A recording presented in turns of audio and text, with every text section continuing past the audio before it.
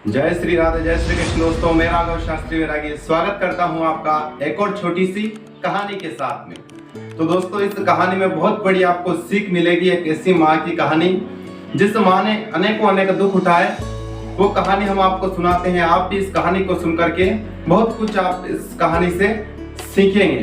तो चलिए कहानी शुरू करते हैं। तो दोस्तों, कहानी कुछ इस तरह से है कि एक गाँव में एक पति पत्नी रहते थे। उनका एक लड़का था।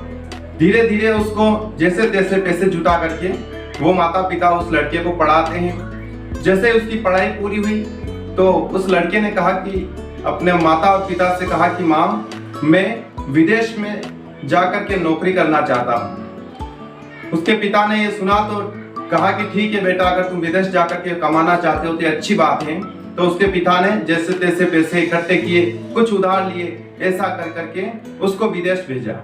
वो विदेश में जाकर के नौकरी करने लगा, वहीं पर सेटल हो गया। 2-3 साल ही निकले थे, उसके बाद में उसके पिता की मृत्यु हो जाती है। जब उसको पता चला तो वो सिर्फ 2 दिन के लिए अपने गांव में आता है।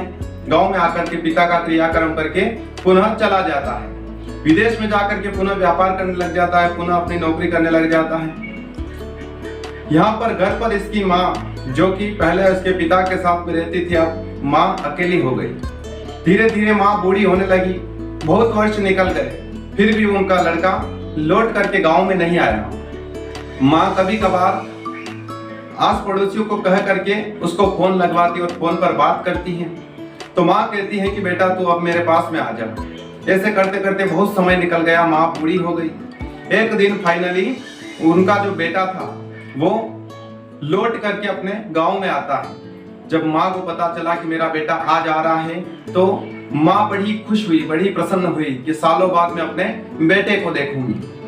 बेटा आ जाता है, माँ बड़ी प्रसन्न हुई, बेटे को अच्छा खाना खिलाती है, उसके साथ रहती है। बेटा भी अच्छी तरह से अपनी माँ के साथ में रहता है, माँ की सेवा करता है। ऐसे 2-3 दिन निकले।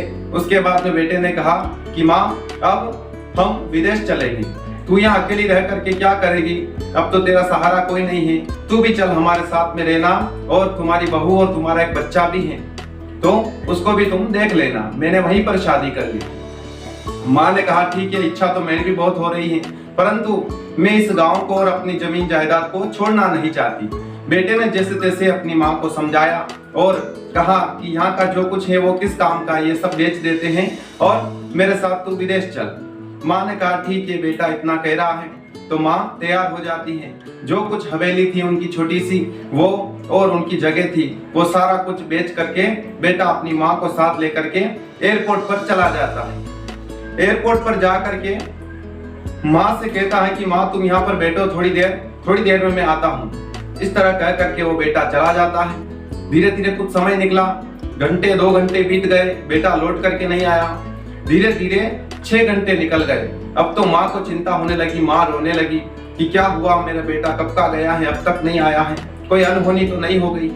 इस तरह कर करके रोने लगी। तब वहां पर एक व्यक्ति गुजर रहा था। उस व्यक्ति ने उस बुढ़िया माँ से पूछा कि आप क्यों रो रहे हो?